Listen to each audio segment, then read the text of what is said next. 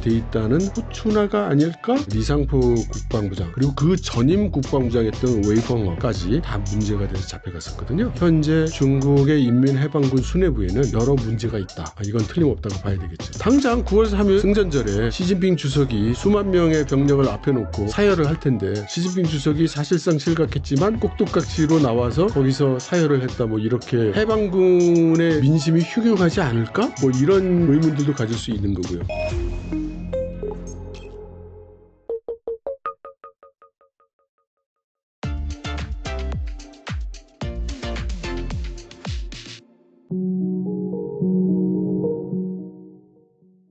2철 박사님 모셨습니다. 안녕하세요. 네, 안녕하세요. 네, 또 박사님 모시고 또 중국 관련해서 또 핵심 이슈 하나 살펴보도록 하겠습니다.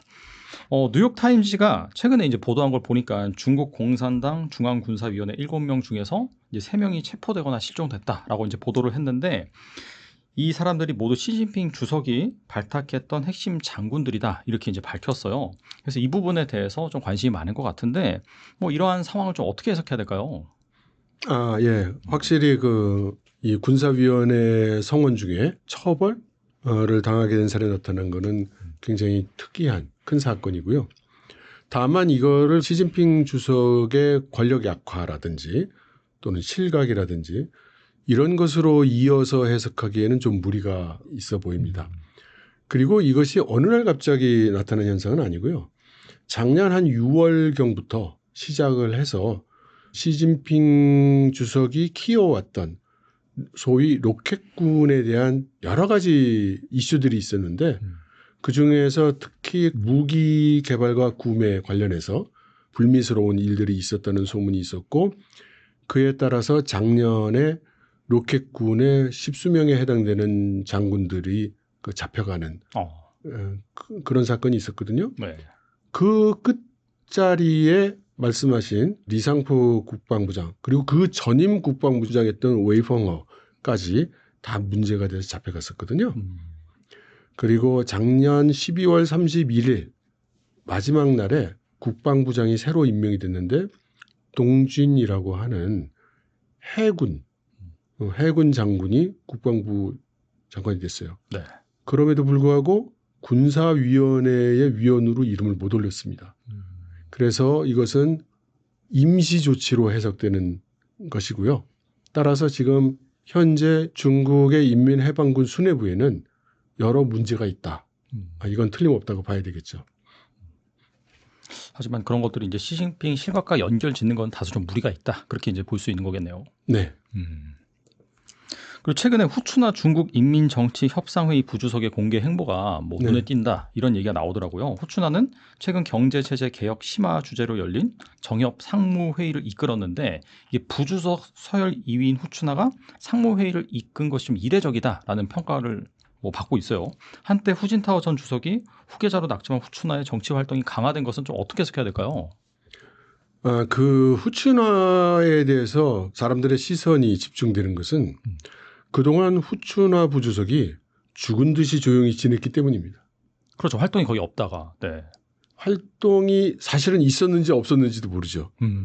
그러니까 매체에서 보도를 하지 않았고 일단 중국의 국영 매체에서도 보도를 하지 않았고 해외 매체에서 보도를 하지 않았는데 최근에 미디어에 나타났기 때문에 이것이 이제 언론들의 관심을 받게 된 거죠. 왜냐하면 최근에 와서 뭐 시진핑 실각설이니 이런 믿기 어려운 이야기들이 많이 소문이 돌다 보니까 시진핑 실각을 한다면 그 다음은 누구냐라는 질문이 자연스럽게 떠오르게 되는 것이고 그렇다면 원래 격퇴 지정을 받아서 차기 지도자로 내정이 돼 있다는 후추나가 아닐까라고 하는 이제 그런 추측성 이야기들이 이제 돌아다니는 거죠. 맞아요. 네. 예, 그러다 보니 후추나 관련된 기사가 오랜만에 나타나니까 이게 무슨 일이야? 특종이다 이러면서 이렇게 얘기를 하는 거죠. 네.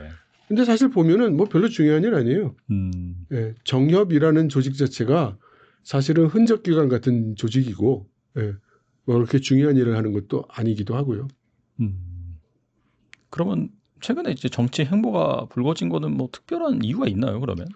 아니 그걸 정치 행보가 불거진 거라고 저는 해석되지 않습니다. 그냥 언론들이 호들갑을 떨고 있는 것으로 생각이 되는 거고요. 그래서 그 회의에서 뭐 무슨 결론을 내렸답니까? 그러니까 그 회의를 주재한 것 자체가 이례적이다. 뭐 이런 평가 그러니까요. 나오더라고요. 네. 네, 네. 원래 회의를 주재할 사람이 주재를 했는데 그게 왜 뉴스가 되는지 모르겠어요. 그러니까 원래는 1인자가 해야 되는데 뭐 2인자가 주재를 했다? 그런 식으로 좀 부각시키더라고요. 그러니까 좀 과도한 지레짐작이라고 생각합니다. 네. 그리고 한편 중국 공산당이 최근 시진핑 주석의 집권 이후 13년간 뭐 연설 165편을 담은 어록을 출간을 했는데 그런데 이 시 주석의 권력 이상설이 해외 매체를 통해서 끊임없이 제기되는 가운데 뭐 맞춰서 나온 것이라서 아무래도 이번 어록 출간 단순한 성과 정리라기보다도 뭐 최근에 뭐 불거지는 그런 실각설을 좀 의실해서인가요? 어떻게 보세요? 다 낭설인 것 같습니다. 네, 다 낭설인 것 같고요. 네. 일단 그 해외 매체에서 시진핑 실각설이라고 말씀하셨는데 제가 아는 한 시진핑 실각설을 이야기한 해외 매체는 없는 것 같습니다. 말씀하신 건 아마 이런저런 유튜브 채널들이 그런 이야기를 떠드는 데가 있죠. 근데 저는 별로 그 신빙성이 있는 그런 내용이라고 생각하지 않습니다. 당장 9월 3일 그 승전절에 시진핑 주석이 수만 명의 병력을 앞에 놓고 사열을 할 텐데 그럼 그 사람들은 그걸 어떻게 해설할지 모르겠네요. 뭐 시진핑 주석이 사실상 실각했지만 꼭두각시로 나와서 거기서 사열을 했다 뭐 이렇게 또 이야기를 둘러댈지 모르겠습니다만 저는 그 시진핑 실각설은 근거를 찾기가 좀 어렵다고 생각합니다. 그런 것 같아요. 9월 3일 날 이제 어떻게 하는지 보고 실제 실각이 되는지 안 되는지 알 수가 있다. 뭐 그런 식으로 해석하는 것 같더라고요. 보니까. 예. 그리고 지난 16, 17일 베이징 천안문 광장에서 항일 전쟁 승리 80주년 기념식 리허설이 열렸는데 신형 전차와 해군의 수중 무인 체계가 처음 공개돼서 주목을 받았는데요. 다음 달 3일 전승정 열병식을 앞두고 중국이 최신 무기와 잠수정을 잇따라 내세우면서 전력을 과시하고 있는데 이를 단순한 체제 선전으로 봐야 될지 아니면 실제로 이 전쟁을 대비한 움직임이라고 봐야 될지 어떻게 보시나요? 그 일단 제일 큰 목적은 그 둘 다가 아닐 겁니다. 제일 큰 목적은 아까 말씀드렸듯이 작년에 그 로켓군의 일련의 그 불미스러운 상황이 있었고 네네. 로켓군 장성들이 다수가 체포되는 그런 일도 있었잖아요.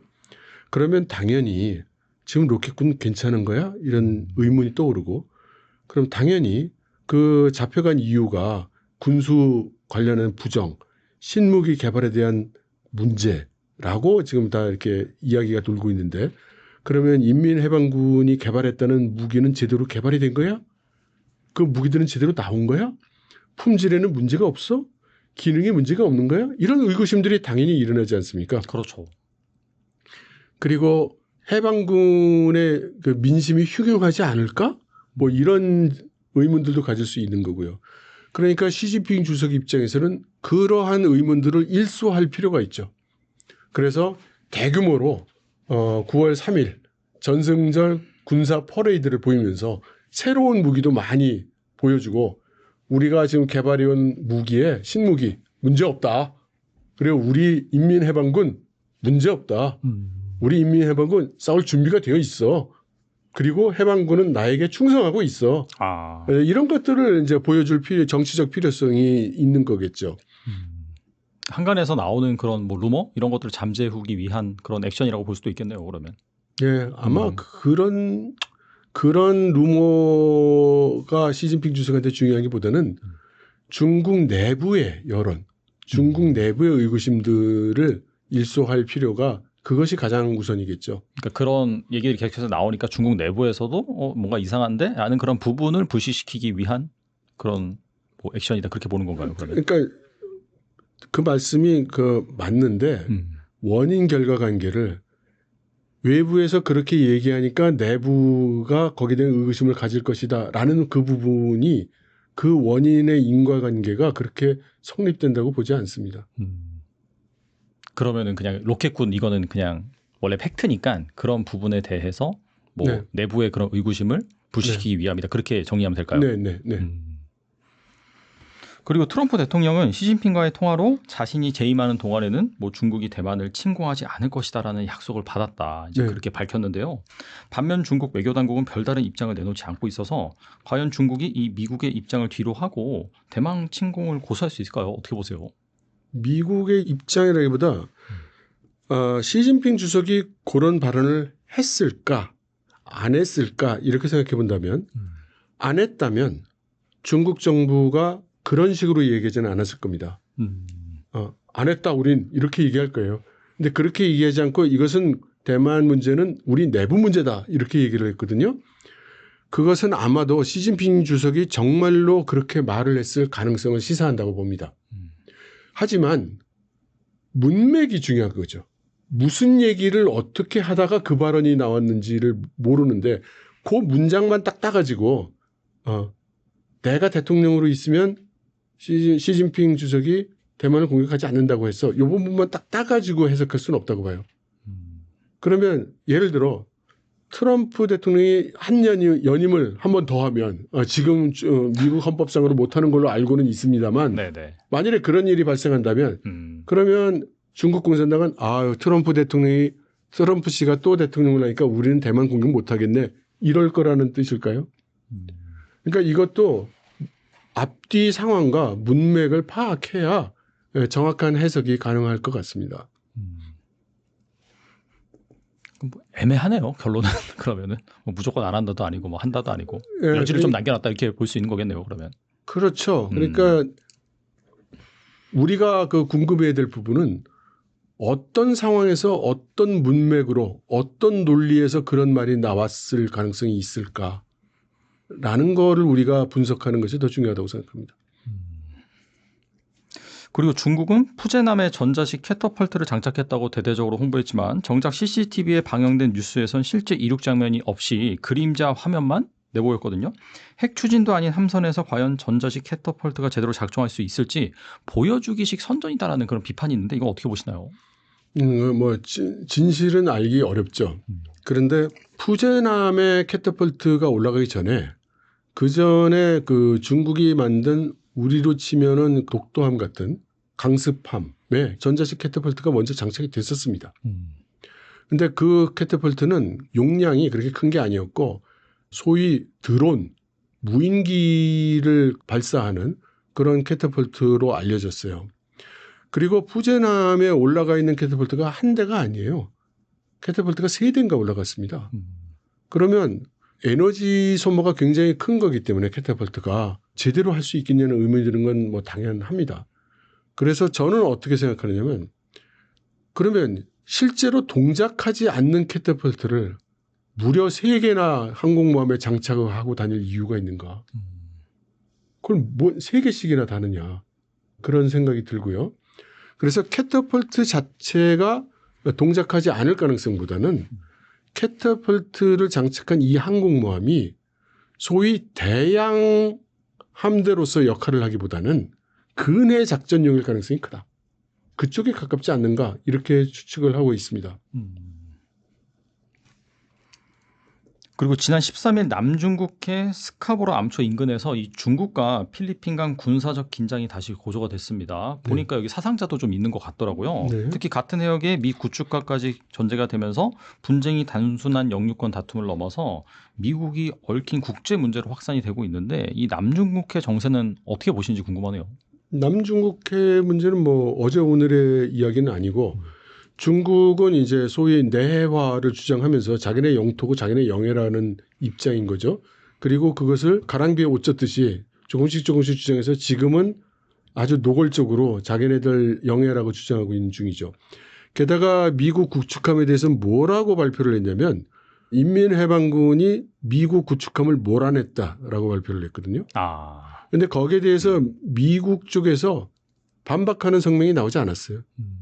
그러니까 실제로도 아마 밀려났을 가능성이 크다는 시사죠. 이것은 남중국해의 상황이 지금 그렇게 심상치 않다는 것을 의미하는 거라고 봅니다. 점점 더 백열화되고 있고 전쟁의 기운이 상승하고 있다고 봐야 되겠죠. 그러면은 뭐 타이완 외에도 다른 그런 뭐 필리핀이라든지 그런 영유권 다툼을 벌이고 있는 나라와도 충돌할 수 있는 가능성은 열어놔야 되나요? 네. 러우 전쟁 이후에는 약간 동북아 뭐 내지는 동남아 이쪽에서도 분쟁이 발생할 가능성이 있겠네요. 그러면.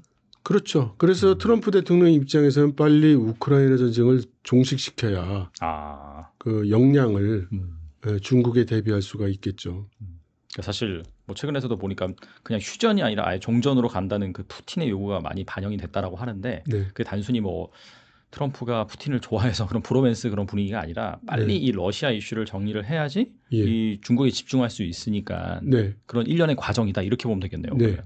그러면은 뭐 임기 중에 마찰이 있을 수도 있겠네요, 진짜. 네.